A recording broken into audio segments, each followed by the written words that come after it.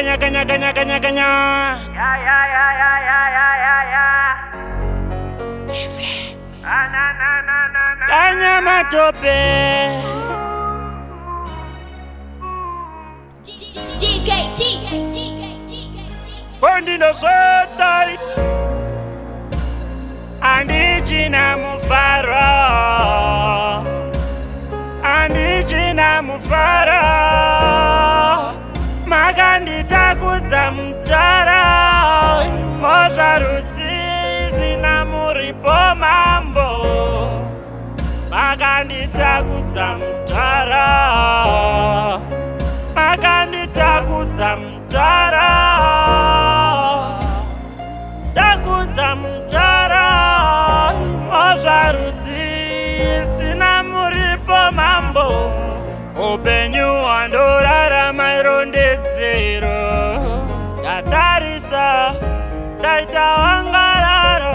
Sokororo semunhu apinda pachikoro. Ndiri kurarama nezviroto. Yadeuka yadeuka. Itambidze chikarapo. Shamu yacho kurwadza kwaya. Sendarowa nechitarapo. Andichina mufaro. Andichina mufaro. Makandita kudza mutara.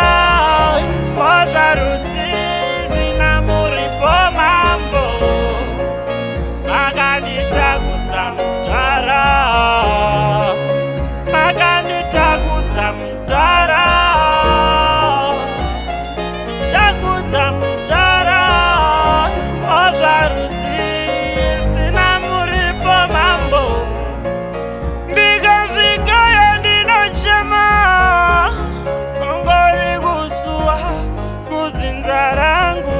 Baba kwavo amai kwavo. Ndazama zvese nesimba rangu rese mambo. Kupa kucha mumunyu nezvironda.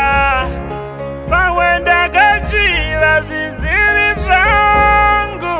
Ini kwangu kutapura chete. Ndoda ndizive kungori kusuwa. Andichina mufaro. Andichina mufaro. Makandita kudza mutara. Mozvarudzi sina muripo mambo. Makandita kudza mutara. Makandita kudza mutara.